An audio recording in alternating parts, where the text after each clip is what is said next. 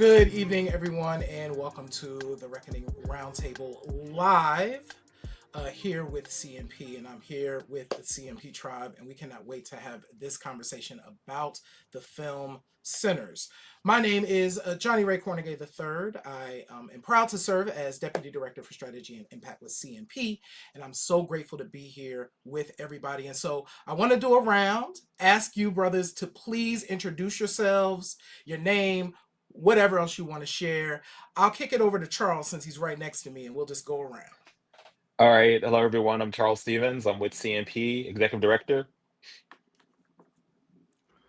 Good evening, everyone. My name is Stephen Hicks, and I am a writer, filmmaker, and cultural worker. Yes. We'll loop down to Dr. Ed Garnes and then over to Joshua. All right, I am Dr. Ed Garnes. I'm a sweet tea enthusiast. I'm a therapist and educator by trade, and I am the founder of From Afros to Shell Toes. I'm Joshua Alston. I am a writer, editor, and cultural critic. And my most important title is Best Friend of Johnnie Kornegay. Hey, friend. I'm so happy to have all of you here with us to do this thing. All right, y'all. So just a couple of quick facts before we get into the conversation about Sinners. So this film has become the most successful film of the year. So it's grossed $240 million worldwide. This is from Screen Rant earlier this week. $240 million worldwide. It is one of the most successful horror films of all time as well. It's the 27th highest grossing horror movie. So guess where it sits? It sits in between Alien Covenant and Resident Evil Retribution. So that is where Sinners is slotting. But overall, this film has not only been successful at the box office, it has also been received by audiences incredibly well. So just excited to have some dialogue about y'all about this particular film. So I want to do a quick open question and I have y'all reflect a bit. But what surprised you most after watching this film? So when you first went in and kind of checked it out, what was surprising for you? And anybody can jump in.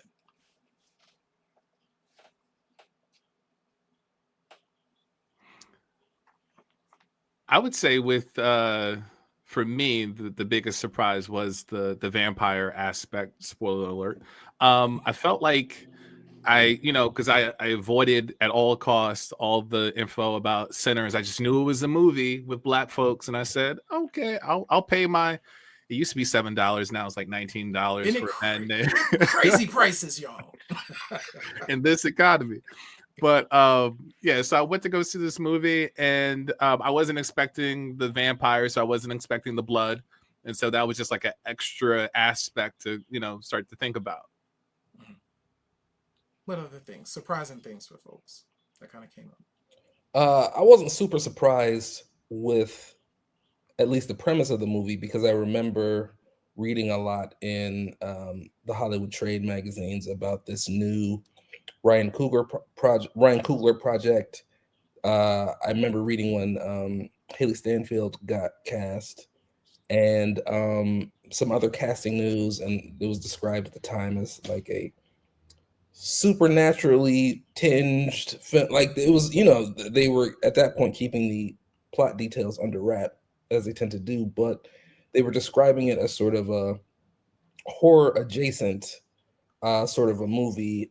So I expected all of that going in. I think what maybe surprised me is because I had read so much about that, I think I expected something closer to a horror movie than what I got, which wasn't an issue for me. But it's interesting to me the way the presence of vampires kind of in and of itself tends to shift people's perception of it in terms of the genre. I think that if you view it through a genre lens, it comes off differently than if you kind of look at it as a action adventure blockbuster, which is pretty much how it strikes me. I was wondering though, particularly, Johnny, you and I talk about horror movies a lot, and I wondered if if you felt like it's a horror movie. Oh, that's a good question. I do want to answer that question, Joshua. So Charles and Ed, if you could give me a second, because I do want to respond to that, because that is interesting. And the answer is no. I thought it was going to be more horror-y when I went into it, and I was like, oh, this is more like a supernatural thriller. I kind of slotted it in kind of these other categories. But no, I don't see this as a horror film. You have to do a lot more killing on the lead up in order for it to like truly be a horror film. So for me, yes, that's a good question. Charles and Dr. Ed, any reflections from y'all about surprising things with Sinners? Yeah, I was sorry.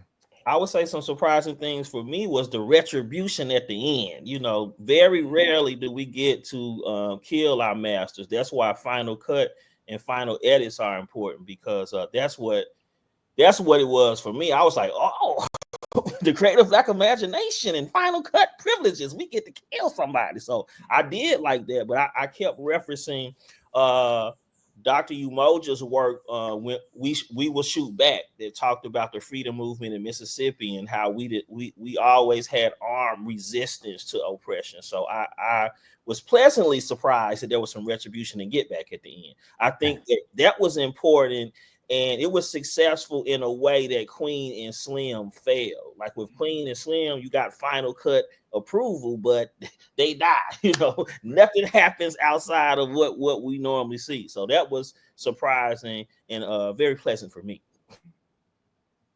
I think for me, I was expecting great performances, but I was really surprised at how much I love the performances. I mean, I think this might be my favorite Michael B. Jordan film. I think this is, in my opinion, I know this might be controversial, but I think this might be the best performance I've seen him give, and he's given many great performances.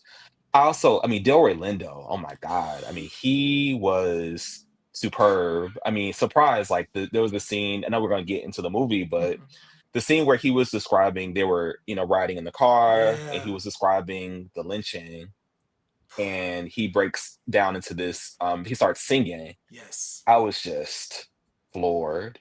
And so that surprised me how much the performances resonated with me. I also want to get on the debate about whether or not it's a horror movie. So like tag me into that at some point. No, you know what? I wanna big up what you just said about the car scene. So I sat up at attention in that moment because the sound design, we got to hear the sound of the lynching happening, but he was still telling the story. It was so immersive to me, where I'm watching him and imagining what he's imagining in the car. And that was so beautiful to me to experience. What I loved about that scene, I'm sorry to cut you off. No, please go ahead.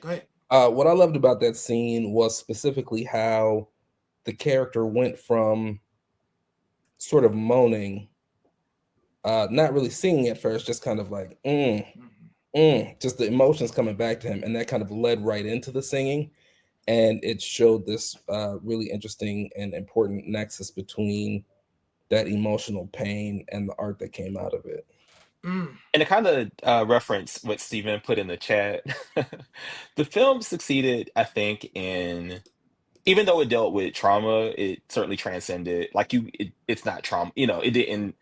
History wasn't a path to a kind of trauma porn, right? Like the film seemed to be able to reveal and certainly display, horrific examples of white supremacy and racism, but it also didn't link. And I think that was an example of that scene with Delroy Lindo. Like I think in less talented hands, I think that even the description of the story could have just felt, like we were just kind of regurgitating so much of the trauma that we've experienced without a sense of humanity, without a sense of complexity, without a sense of agency or resilience. And I think in that moment, he was able to both demonstrate, expressing pain, but also exhibiting this incredible, extraordinary agency.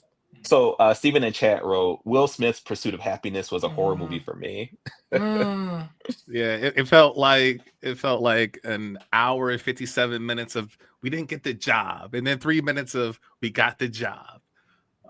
So that took me somewhere.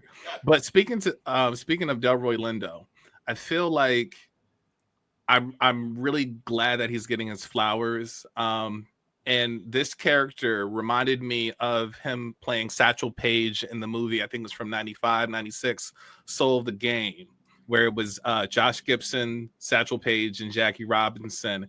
And they were just like coming up in the Negro leagues. And to me, it was really good to see almost like a full circle type of thing, like 30 years, 25 some years later, to be able to see how this one actor who's amazing, phenomenal, to be able to kind of tap back into that that performance that really digs deep into that trauma. So yeah. I do want to, you used a word there at the end, Stephen, that I want to make sure that we kind of talk about. But Charles, I want to tag you in on this question around the horror movie piece. What are your thoughts? I felt like it succeeded as a horror film. I've heard that critique of it, and the comparisons have been interesting. I think I've heard people compare it to, Demon Knight, the film with the 90s Yeah. film with Jada Pinkett Mhm. Smith and so forth and Billy Zane. Mhm. But a lot of people are comparing it to From Dusk Till Dawn.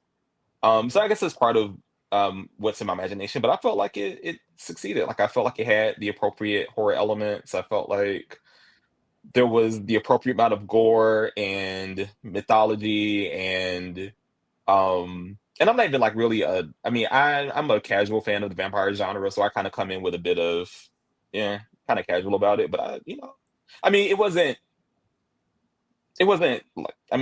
scary to me in the way that certain, but I'm not a huge fan of the vampire genre, so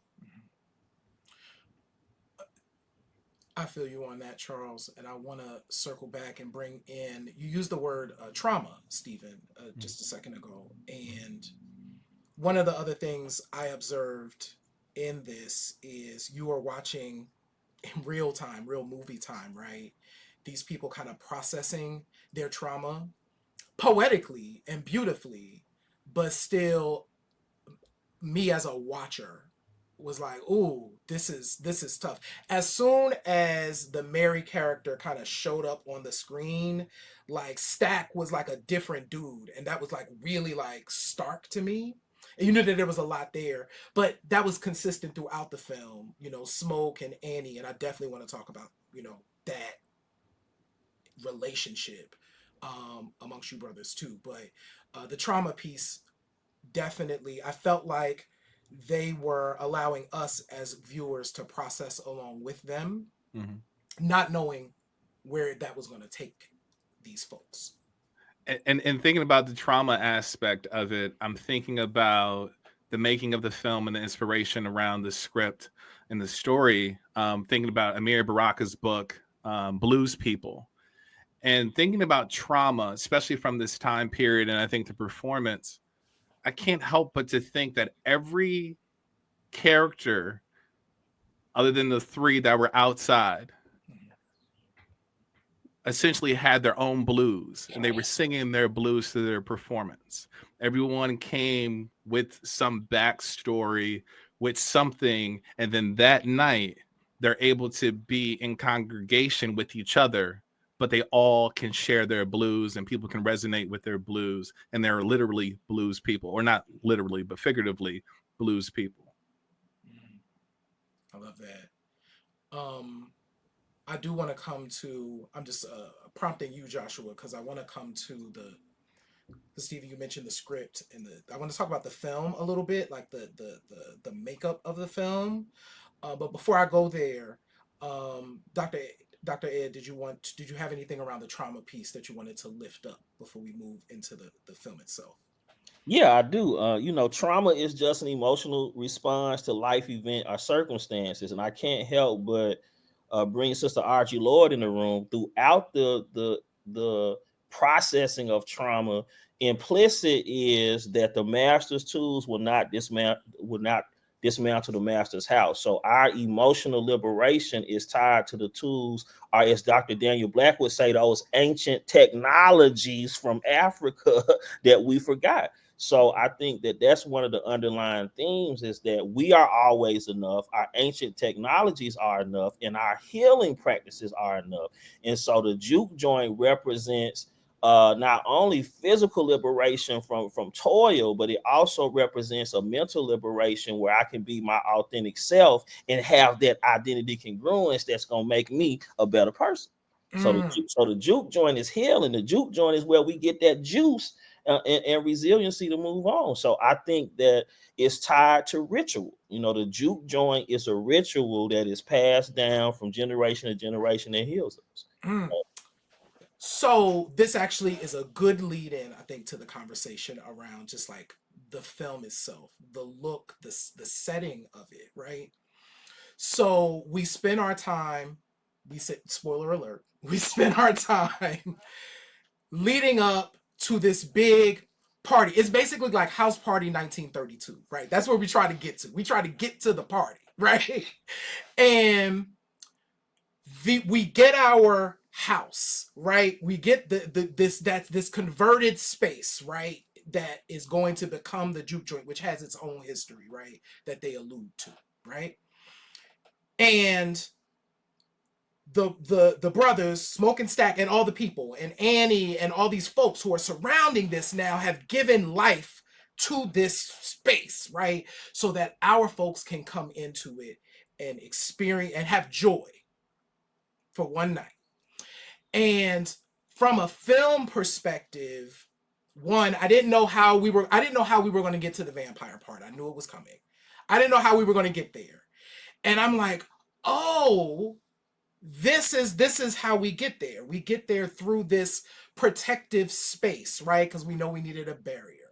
So from a filmmaking perspective, I thought that was like clever to get, like, that's how we get us there. This sacred space for all of these folks, we have to protect the people, and this is the protection. But they don't know it's their protection, right? So I wanted to talk a bit about the way the film was made a little bit. Just so Joshua, I wanted to tag you in really quick, just from your perspective. How did you feel about the way Coogler and team kind of brought it all together? The aesthetics of it are really interesting, and I think that a large part of why the movie did well was that Ryan did that video with Kodak, I believe, that went viral, where he was explaining the different film formats and how people would experience the film differently depending on where they saw it. And it's super interesting, just general kind of primer on film itself. But I think that that actually kind of fueled a lot of the success, because I'm somebody who might not have prioritized seeing it in IMAX in the 35 millimeter and kind of did because he explained it to me. And watching it, I really did love just seeing the film grain and almost kind of like hearing in my mind the sound of the reels, and all of that I think really added to the sense of place that you get from the movie. It feels like something old. It feels like documentation of something that happened a long time ago. And I think that really kind of sold part of the fantasy for me. I did want to talk about both the trauma aspect as well as the sort of genre conversation of it all. I thought it was super interesting the way so often in the movie it cuts away from the violence. Whether it's Mary's first encounter with the vampires, when she gets turned, when Cornbread gets turned, you kind of get a moment of suspense, and then the thing that you're expecting to come never comes. And you can argue, the point is to have it, add to the suspense later. But everybody knows at that point that those characters have been turned. The characters don't know it, but we as the audience know it. And so I think that because of that, it's super interesting to see the sort of absence of trauma, this idea of pulling punches the way you wouldn't in more of a pure horror film. I don't want you to have to see any more of what happens to those characters than you absolutely have to. I'm protecting you from that. That's not necessarily what the movie is about. Is the actual trauma, the actual blood, even though it's actually about vampires. So I thought that was an interesting choice. It's so funny you mentioned that, Joshua. I was driving home from watching the film, specifically when and I thought about when Mary was turned, and that's when I first decided to go back. I'm like, I missed something, right? Did I miss something? And I was like, maybe I was just in whatever, right? And I just didn't get it. And you're right, it's just not there, but it's there, right? So yeah, thanks for lifting that up, because I definitely felt that it was fine. I knew she had been turned. I just thought, the other thought was, I thought I saw it. Right? It's about, like, you had to have seen it, right? But that's part of the beauty of filmmaking. So yeah. Yeah, I think there's a subtlety and a restraint to that you are not used to getting from something that you would qualify as a horror movie or think of as a horror movie. There weren't really any jump scares, and I normally find like genre classification conversations kind of stupid, but in this case I think it's really interesting because of kind of how much going in thinking about certain conventions kind of changes your perception of what the movie is and how the story unfolds. What do you think of the vampire being a kind of anti-racist organizer? I definitely want to talk about that because that was maybe the most interesting. Remick was recruiting for the. Yeah. That's the thing I found most interesting probably about the whole movie is this idea of like transactional equality. You can be not shit on all the time if you just become a vampire real fast. And I think that that's so interesting because it's not like become a vampire and you're going to be elevated. Become a vampire, you're going to be celebrated. It's just literally trade your soul to not get shit on anymore. Which is like an insane deal when you think about it. But like, it's very similar to the way that during the Cold War, the KGB was constantly trying to, and sometimes successfully, recruiting Black Panthers and other Black revolutionaries because it was the same notion of like, yeah, we're asking you to give up this fundamental part of your identity, but they treat you like shit over there. And like, don't you want it better over here where like everybody will treat you like you're a regular person? It's insane. It's offensive to me, honestly. But it makes sense that it would be framed that way from that character. In that setting with those people too. And it's another surprise. Now that I think about it, another surprise. So I thought the film was gonna be vampire film where the vampires are also racist, and so the arguments, so the killing is associated with that it will be connected, and so I thought that was interesting the way the Remick the character came across and what his pitch to get them to come out or to invite him in, I thought was clever. Now it's so interesting that you mentioned that, Charles, because Remick reminded me of the purest of like the music industry. It was like it's a very music industry sort of thing, right? Where And tiptoe because very carefully around that because I don't want to get sued. right. I'm not gonna No I'm names. not gonna talk about anybody specific, but in specifically pointing out, Preacher Boy is doing this magical thing, right? These Irish vampires are like, oh, we need that.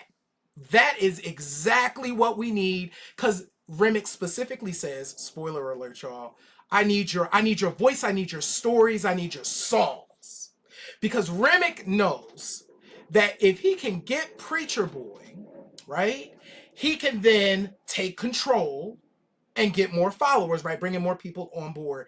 And it was, so I did kind of see it as, I saw it as racist. I saw it as like the classic way when you think of the way country music was adopted in this country. I was like, oh, this is exactly what they did. They got black folks, right? Because then he's like deploying, oh, Cornbread, you go, right? But by then we had gotten hit because Mary had already been in there. And it's like, oh, wait a minute. They're sending in our people to try and infiltrate us, keep them out.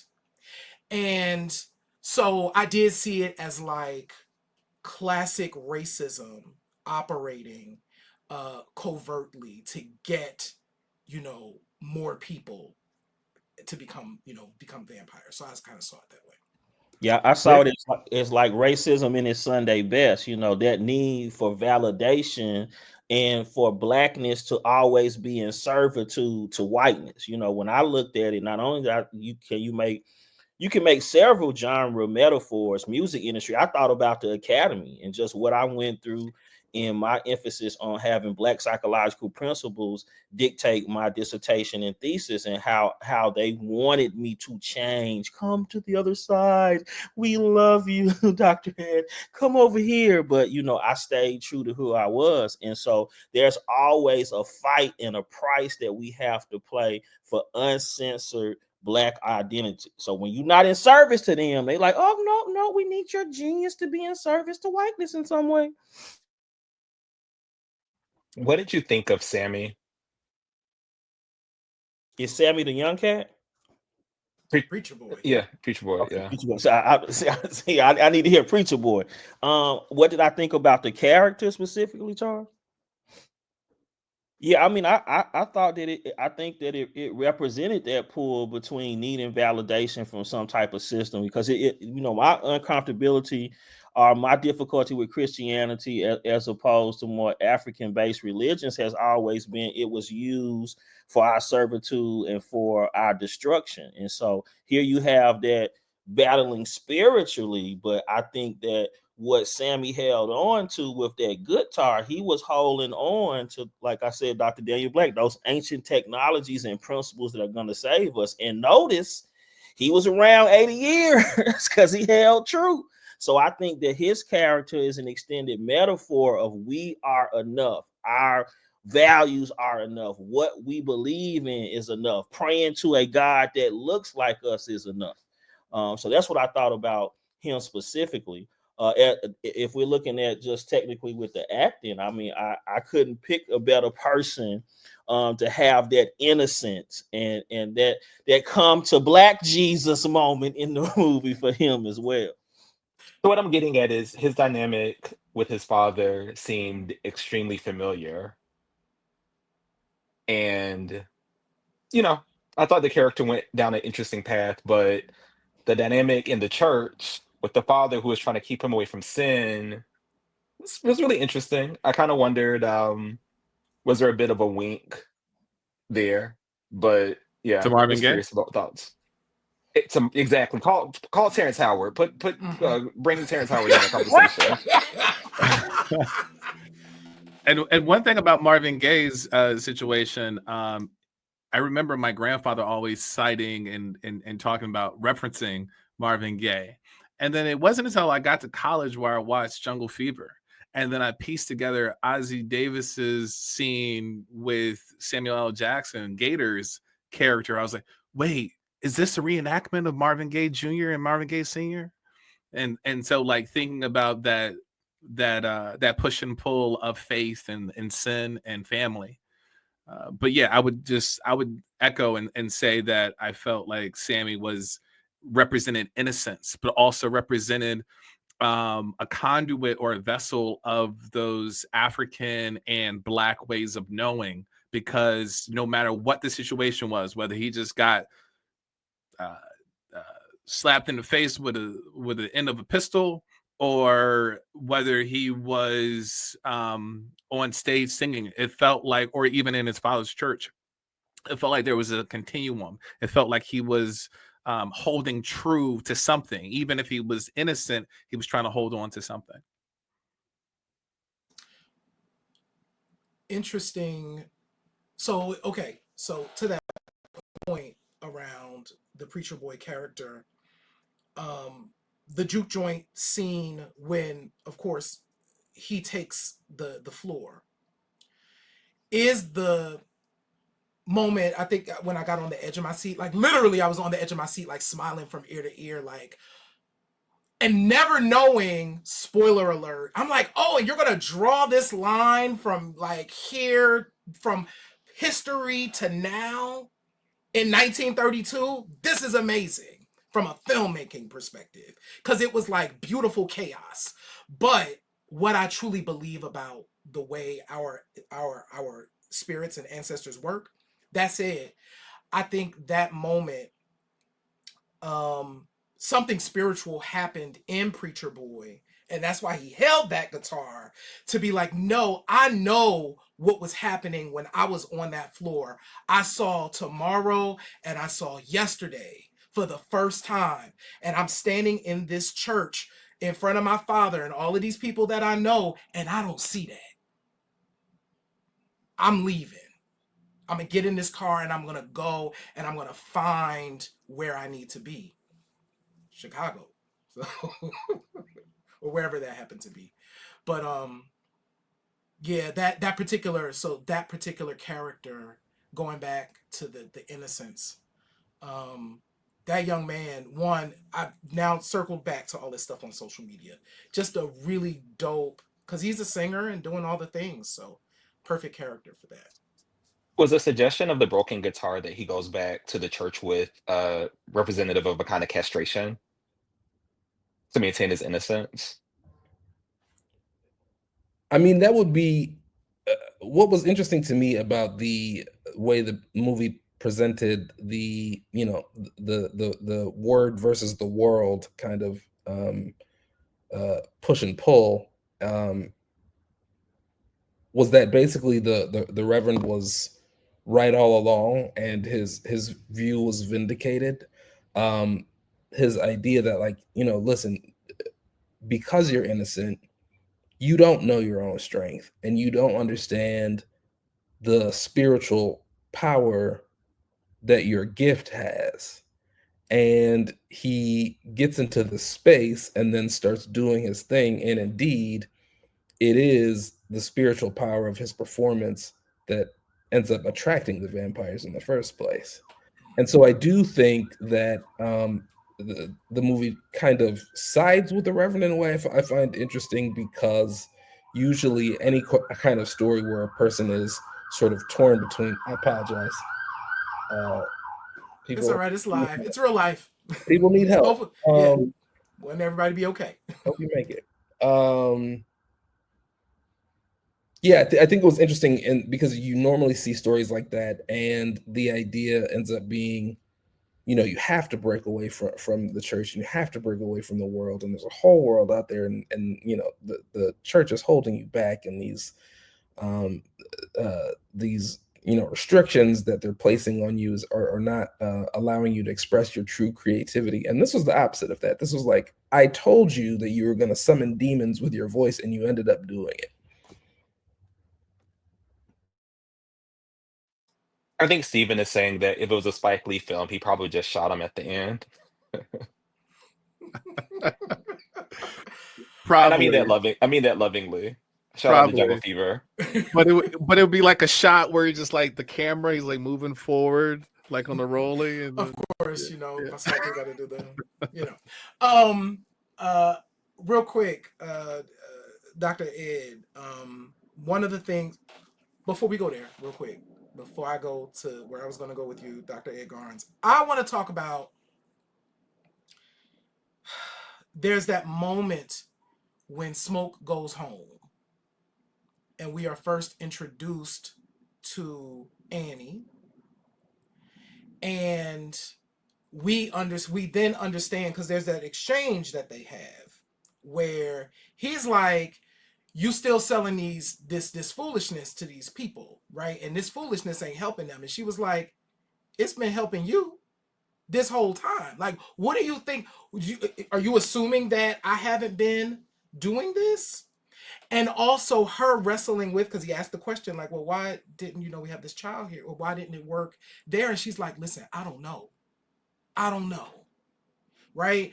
But the reason why I wanted to just talk about that relationship for a second was because I felt like it represented this just beautiful complexity of what I have seen Black couples in my family kind of do. Like, they all have that thing that they do when they're together. This is the thing that they do, right? And at the end of the day, she had him and he had her, no matter what was going to happen, right? And so I just wanted to just like spend a second if anybody has any reflections on that Smoke and Annie moment that they had together. I thought it was beautiful. Like, thinking about that, what I can resonate with, like seeing in my family as well. I thought it was beautiful. It wasn't something I would be like hashtag goals, but it just seemed as if it was good to see on the screen. I think a lot of Sinners, to me, much of the movie is good to see on screen.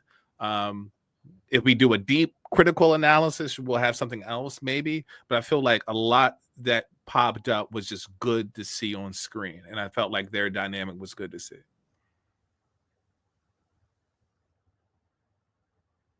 Joshua, did you have anything before we jump in?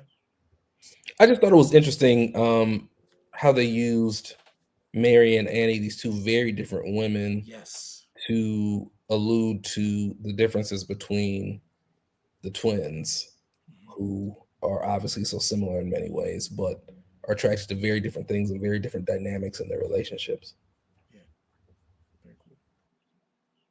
Charles, did you have anything? Okay.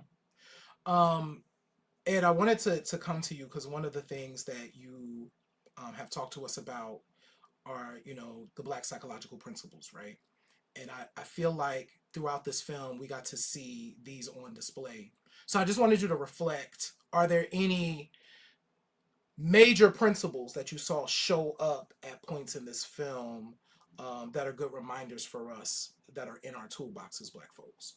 Oh yeah, improvisation was all over the place. I mean, the Juke joint is one improvisational psychological moment that frees us. So you got improvisation, you got the connectedness to others, like Preacher Boy going deep down in the roots of Black culture, right? So you got that. You got spirituality, not just the belief in Jesus of the Christ, but spirituality from a faith-based perspective that's more African. You had a gallows sense of humor. I think the humor is underappreciated between the brothers. Like, I saw my uncles reflected in that movie, right? So those psychological principles are there. And I think in the relationship that you see with Black women in the film, you got to love Black women and love Black culture to create character. So in a way, the Black psychological principles are the buoy for the love that exists with the characters, for the love that exists within ourselves. And then when we look at Preacher Boy, it was Black psychology that saved him, not a Bible. So I think that's the provocative thing that people want to call demonic. But what's interesting to me in certain critiques for the film, especially when they come from Black folks, is what we consider demonic. So anything that serves us as Black people individually is often seen as demonic. And so that relationship between the father and son is not just, spirit versus sin. It's also whiteness versus a Black psychology that can free. Say that. Y'all, I'm about to ask a completely left field question, but I'm curious. So whenever I'm watching a film, and Joshua, I think you got me into watching this YouTube channel, which did this, like how to survive ... I was like, how could they even have avoided? Like, I was like, what is the thing that would have caused this to not happen? Right? Is there anything that they could have done to save more people? Right? So Sammy could have stayed his ass in church. I know that. you stay like Sammy, you don't come. You can't sing. Not all this blues music and juke joints and razzmatazz. Leave all that alone. That's the lesson of the movie. Well, it's obvious, isn't it? Don't invite the vampires in. But Charles, so here's yes, right? And Under no circumstances. Now, if you want to go play with the vampires, you're more than welcome. Here's the door. Go out there. We will not, under any circumstances, invite them in. So, Charles, let's stick with that, right? Because I was thinking the same thing. And that's when I started going down the rabbit hole. I'm like, oh, Remick started sending our own folks, right? These are people that I know. This is my family, right, to the door. And then I'm like, oh, snap. Now I got to use discernment of like, you've been out there with them vampires. You're probably a vampire now. I can't trust you. I know you my cousin. And I'm going to love you from on the other side of this door. So, no, you can't come in. So it's like all these things, right? So I'm thinking about like, oh, if people been out there with the vampires, yo, and they trying to come. Johnny, I have a fun question. How would Remick try to get you? How would Remick try to get you out, or how would he try to get you to let someone in? Like, what would be his trick for you? So that's what it's funny that you mentioned that, Charles, because I was actually thinking that, and this gets back into psychological principles. Because Annie said something really important that I immediately thought. She said, Smoke, we got to get the body outside. Like Annie immediately figured out like, oh, this is what this is. And as Smoke is there, this is his brother. And I'm like, if someone said that to me in that moment, would Johnny, who's very rational, right, and understands like, my brother's dead, he's going to turn into a vampire, we got to get his body outside, would I be able to do that? So to answer your question, Charles, I don't know. It would have to be really, really clever, but I'm gonna tell you what I would have did. I would have got all of us. We would have went in that room after we got Stack's body out. We would have all been in that room all night. I don't care what they singing. I don't care what song they singing. They could be out there singing, you know, what's going on. We don't hear none of that. We staying in here until the sun come up. You know what I mean? So, honestly, I don't know. I don't know. They would have to do some real good trickery though to get me out there. I think I would be able to hold it together. I think. I don't know. What about y'all? What would they have to do to get you to like? Who would be at the door? Like, how would he trick you? Who would be at the door that would make it hard for you to be like? If you've been out there, my rational mind would be like, no, you've been out there with the vampires. Even if it was my mama out there, you know, I love my mom. I'd be like, Mom, you've been out there with them vampires. Where you been? Why you walking so good? Where your cane at? Don't let her in. That ain't my mom. If I'm being honest, you know, depending on which vampire gentleman caller it is, I might be like, listen, it might have to be me forever, sir. Yeah, Josh is a weak one. We'd have to get him Right, immediately. yeah. Joshua would be like, I'm sorry, this one's got to. You also have to assess on the team who's gonna be the one that's gonna be the most likely to break, because there's always one that's gonna break. And you kind of have to assess, like, yeah, you probably gonna be the weak one. You gotta go. Just push me out. It'll save a lot of trouble later. Real quick. So you're on the inside, and 1995 Goody Mob is outside the door. They're like, "Come on out, Steven." What do you do? I would probably sing "Cell Therapy." On this side, on the other side of the door. I'm looking at my window. Yeah, I would say yeah. Plus, like they had the drinks and the food inside, right? Yeah, they had fish. So they had fried fish in there. Like we gonna eat this fish. Y'all gonna stay out there. Yeah, sing some like old Negro spirituals and just try to get through it. Yeah, I feel like I could survive a vampire. Now, a zombie apocalypse, I wouldn't survive. Like I'll be gone in like the first 20 minutes. But vampires, I think I'd be good at because I'm just like, I'll just stay inside and won't invite you. Right. They're like, can we come in? No. No. How do we just put that on the door? It'd be like a big old no. Just no. Don't ask. One thing that I thought, if I was gonna make a criticism about it, I think that the movie is a little too conventional in its execution of the vampire idea. When you look at vampire fiction, people are always taking kind of liberties, and there are, I think sucks human blood is kind of like the base level thing where that has to be it. Maybe you commit to the eternal life thing, eternal youth thing, but beyond that, I think people tend to dabble in different, even like Twilight, you know what I'm saying, where he's like, no, when the sun comes out, like my skin just gets all sparkly, I don't die, like, you know what I'm saying. So people come up with these interesting little twists on traditional vampire lore, and I think that because Sinners has so many interesting ideas in it, I might have enjoyed maybe a little bit more of a original or tweaked, some kind of modified version of classic vampire fiction, and those pretty much straightforward. Like, oh, all you got to do is just not invite them in, or eat the garlic, which I thought was very interesting. So they had to stand in the circle and like chew on the garlic. Exactly. Garlic being another one of those things. Maybe the black vampires, like the garlic because they like seasons. You know what I'm saying? It's just like you do something.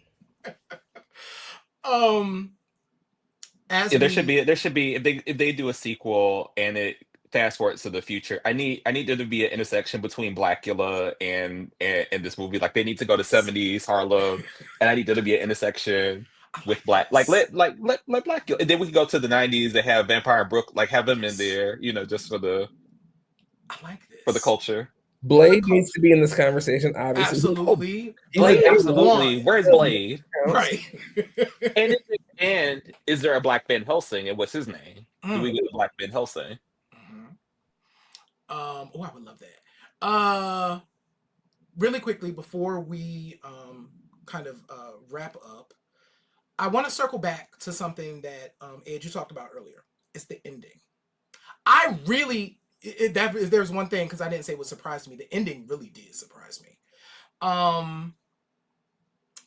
Particularly, not the ending with the church, like that part I understood, but where how Remick had looped in this story about what was going to happen. Like, no, y'all were already going to get attacked, like in this thing, whatever. I didn't know where that was going to go, but then they were like, oh, they literally showed up the next day to do this. That surprised me. I know that Ed got your take, but anybody else have thoughts about that particular storyline at the end? Well, it kind of made me think of Josh's point about how the vampire kills were not as graphic as one might have thought or expected. It was kind of sometimes you didn't see it on the screen, but in the ending, we got all the violence. It kind of went sort of in this, dare I say, a kind of Quentin Tarantino almost kind of direction, and we got all the violence and all the. It was epic, yeah. Steven, were you going to loop something in? Oh yeah, I was going to say that probably they're like one of two of my favorite scenes. So the ending is, and there's like multiple endings, right? Right. But that's the ending. That ending is one of my favorite scenes. And then my other favorite scene, which is just like a aside, is when one of the twins is teaching the young girl to negotiate on the street. I really felt that. I really enjoyed that scene. But yeah, the ending, just that arm resistance, making sure that folks get what they came for. And to me, I thought that was a good through line, dating back to when they bought the property. Yeah. Wow. Y'all, thank you for joining us for the Reckoning Roundtable as we dove into Sinners. Thanks to everybody who jumped in the chat. We saw y'all popping in the chat. Amazing points made there as well. And super enjoyable film. This was a great conversation. And just thank you, brothers, for taking the time out of your schedules to be part of this. So for those of you that haven't seen it and have tuned into this, I definitely give Sinners a thumbs up. You should definitely go and check it out. I'm going back. I think I've said this. I don't know if I've said it on this particular recording, but I'm definitely going back to see it. I want to pick up the things that I may have missed. And I want to go to IMAX. Oh, Joshua, you saw it in IMAX? I saw it as Ryan intended it to be seen. No big deal. Okay. Yeah, went to I think there were like maybe 6 or 8 theaters that could do both IMAX and 35 millimeter, and one of them was Lincoln Center, so I went over there and watched it. Okay. So I'm going to try and do a fancy, I want to see it differently next time. So I'm going to check that out. But definitely recommend it. Thank you all once again for tuning in for the Reckoning Roundtable. For all of you that are tuning in, if you can see us, if you can hear us, hit the subscribe button wherever you are. Be sure to follow CMP on social media at CMP Tribe everywhere. Also, please visit our website at thecounternarrative.org. Sign up for our newsletter. And you can also read our digital magazine, which is called The Reckoning, and it's at thereckoningmag.com. We appreciate everybody hanging out with us this evening. Have a great one, and we will talk to you soon.